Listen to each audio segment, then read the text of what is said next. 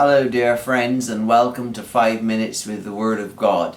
The history of the people of Israel from the time they left the land of Egypt and journeyed through the wilderness till the time they actually invaded and conquered the land of Canaan is all evidenced by other archaeological discoveries that have been uncovered.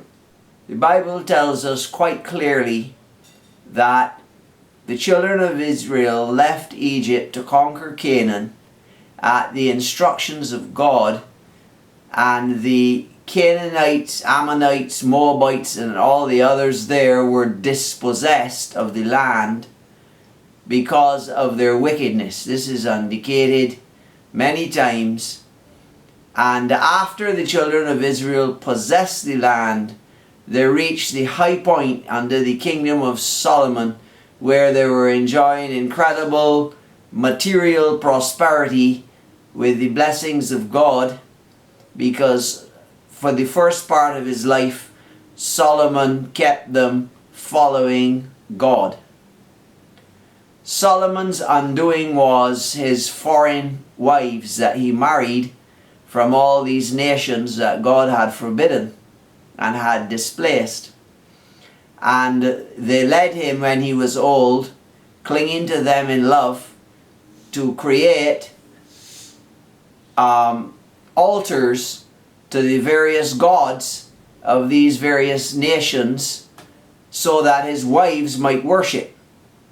And because of his wives, his heart was not wholly dedicated to God. After recounting the splendor of Solomon's kingdom in the last part of chapter 10 of 1 Kings, chapter 11 tells us that God was very angry with Solomon for his disobedience. God had appeared to him twice and warned him concerning this very thing. Chapters 12 and chapters 13 of 1 Kings, for those of you who are not familiar with it, shows the incredible punishments and for disobedience to God. Jeroboam, having received the kingdom as a direct gift from God through the prophet, built calves for the people to worship so they wouldn't have to go up to Jerusalem, and he consecrated some of the lowest people to be priests to function in these high places. So he exhibited from the very beginning a disregard for the same God who had made him king over all Israel in the first place. So essentially his child died and God pronounced judgment on his household.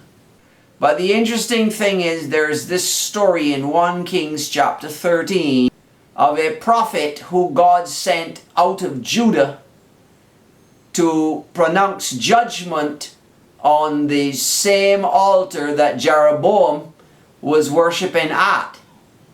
And after seeing a manifestation of divine power, as the king's hand was shriveled up when he tried to command them to seize the prophet left Jeroboam completely healed of his withered hand and went back towards Judah by a different way, obeying the direct commandment of the Lord. He was then brought back by another prophet to disobey God and eat and drink in the place which God specifically told him not to eat and drink in. And as a result of this, he was killed by a lion. And I don't know how many of you are familiar with that story. But it just goes to show that whether the disobedience against God is personal, or whether it is national, or even if it's international, disobedience towards God does not go unpunished. There are many similarities between this present age and the time that I'm telling you about in the kingdom of Jeroboam back in Israel in those days. We may not actually be bowing down to altars of wood and stone, but nobody can deny that this modern generation of people has idols. In fact, the world now has more idols than it has ever had in the whole history of the human race. But apart from people following idols rather than following the living God, there's another verse that I specifically want to focus on today. This verse, which just seems to be sort of thrown into the narrative casually, reminds me so much of conditions in 2019. Listen to it carefully. And there were also Sodomites in the land, and they did according to all the abominations of the nations which the Lord had cast out before the children of Israel. If we do some research and investigation into that word sodomite as used in our English Bible, we will see that it has some connection with gay, what we today call as gay. Now all the world has decided that gay is the way to go, and nobody is supposed to say anything against it.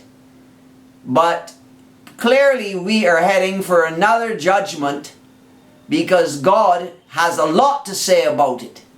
And He also has a lot to say about the way this evil generation is behaving on planet Earth. So we can expect the judgment of God to fall fairly shortly if people continue in the way they're currently headed. Thanks for watching, and we'll see you in the next video.